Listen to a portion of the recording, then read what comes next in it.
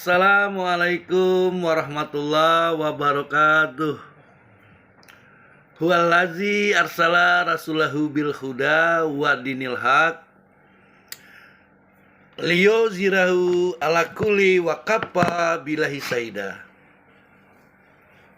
Rabbis sholli sodri wa yassirli amri walhul ubdatam milisani ya qauli. Para pemirsa YouTuber yang berbahagia, semoga pada hari yang cerah ini para pemirsa diberikan kesehatan, ketenangan jiwa, kemurahan rezeki, serta senang dalam menjalankan aktivitasnya masing-masing.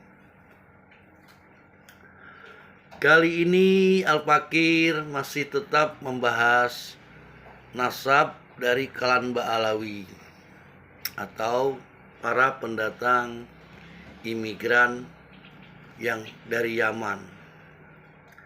Terutama kali ini Al-Fakir akan membahas para imigran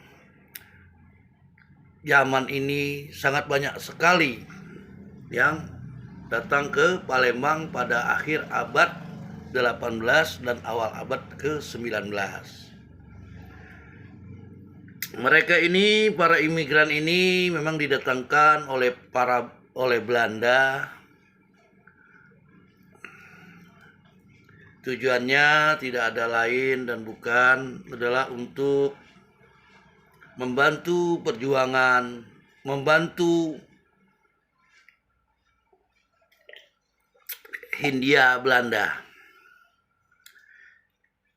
Di Palembang ini, di kota Palembang ini sangat banyak sekali, termasuk di kota-kota kecil mereka sudah pindah ya urban ke dari Palembang, pusatnya ada yang ke Jambi, ke Bengkulu, ke Batu Raja.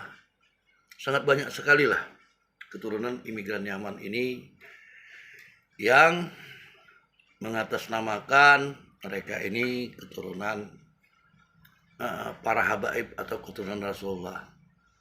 Namun di kota Palembang ini mereka tidak begitu gencar menjual nasab mereka, karena sebelum kedatangan mereka di kota Palembang ini sudah sangat banyak ulama-ulama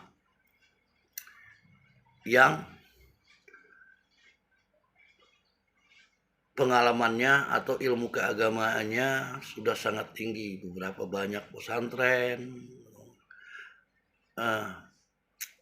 toriko yang tidak ada lain dan tidak bukan. Artinya sebelum kedatangan para imigran dari Yaman ini ke kota Palembang Darussalam ini sudah Islam. Jadi di sini mereka tidak mengagung-agungkan gelar kehabibannya. Mereka di sini banyak jadi pedagang, tukang sepuk emas, penjual makanan, martabak lah, apa gitu kan kerjaan mereka. Dan mereka ini biasanya berkelompok sebagai minoritas kecil yang ada di kota Palembang dan sekitarnya. Kenapa dikatakan seperti itu dan tidak ada terjadi clash antara masyarakat pribumi dengan para imigran yang mengaku para habaib ini? Karena jualan nasab mereka sangat tidak laku. Umat muslim yang ada di Palembang ini sudah lebih pintar dan tidak mengagung-agungkan, karena dengan prinsip Islamnya yang diajarkan oleh yang datang dahuluan, baik itu dari Kesultanan Palembang Darussalam, dari para ulama-ulama, dengan datangnya Islam maka menghapus perbudakan. Bukan berarti para masyarakat di Palembang ini tidak menghormati untuk para habaib yang alim dan ulama banyak juga, namun mereka tidak menjadi taklid buta. Jadi para habaib ini dan sebagian yang ilmu-ilmu agamanya dangkal, mereka banyak bekerja untuk mencari penghidupan. Dan tetap mereka menikah dengan sesama imigran Yaman sendiri. Sangat jarang sekali ditemukan pribumi menikah dengan para keturunan imigran Yaman ini, kecuali kalau yang dari berkasta tinggi atau orang keturunan yang punya atau keturunan alim ulama, mereka mau menikahkan.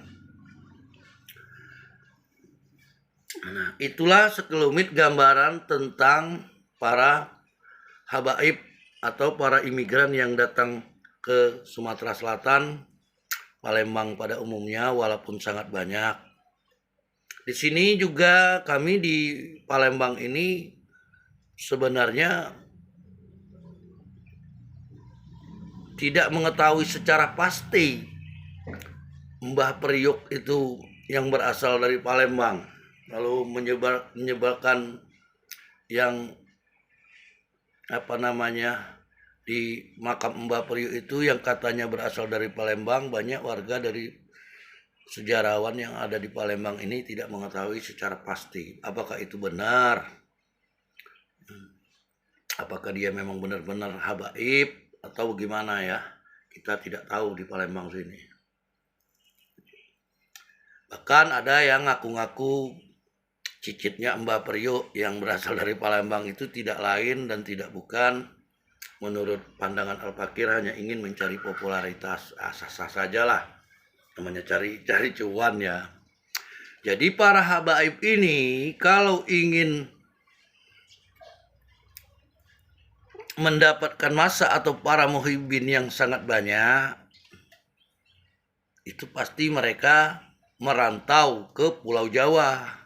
Nah, di Pulau Jawa ini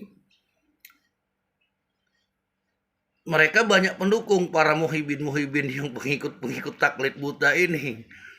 Sehingga apa yang dikatakan oleh para habaib ini, mereka langsung percaya. Anak gadisnya pun dinikahi, mereka sangat percaya. Namun kalau di Sumatera sangat berbeda sekali. Jadi mereka tidak terutama maksudnya Sumatera, terutama di Palembang, sangat berbeda sekali. Mereka dihormati berdasarkan ilmunya. Karena kami di Sumatera Selatan ini tidak mengetahui secara pasti mereka keturunan nabi atau bukan, dan itu tidak kami permasalahkan. Kenapa demikian? Karena mau dia jungkir balik pun para habaib ini mengaku keturunan nabi dan minta untuk dicintai. Jika tidak berilmu atau perilakunya sangat tidak sesuai dengan ajaran agama, bisa dikarungin. Kalau di Sumatera ini para habaib itu masuk ke dikarungi, dilemparkan di Sungai Musi.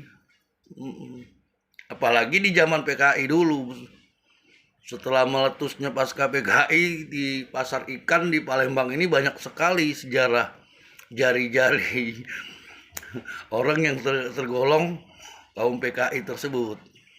Jadi para habaib ini mereka harus berhijrah ke Pulau Jawa, yang mana di situ bisa dikatakan Islam di Jawa itu masih banyak sekali yang menganut Islam yang katanya tanpa menggunakan pola pikir, logika, akal pikir dan zikir.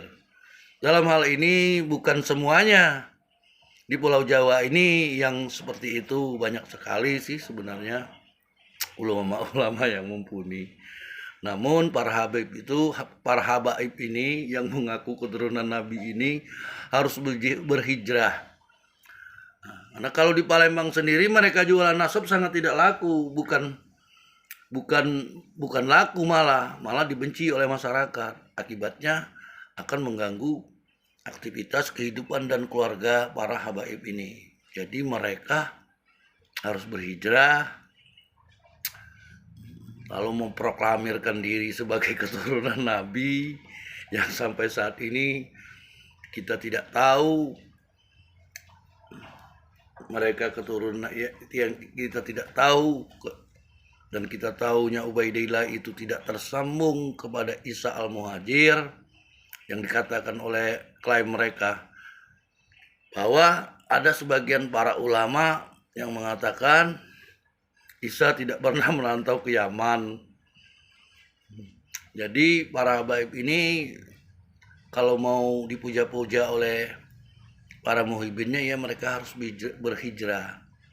Di Palembang ini mereka bisa menjadi pedagang, tukang sepuh emas, kerjaan mereka tukang buat cincin, patri.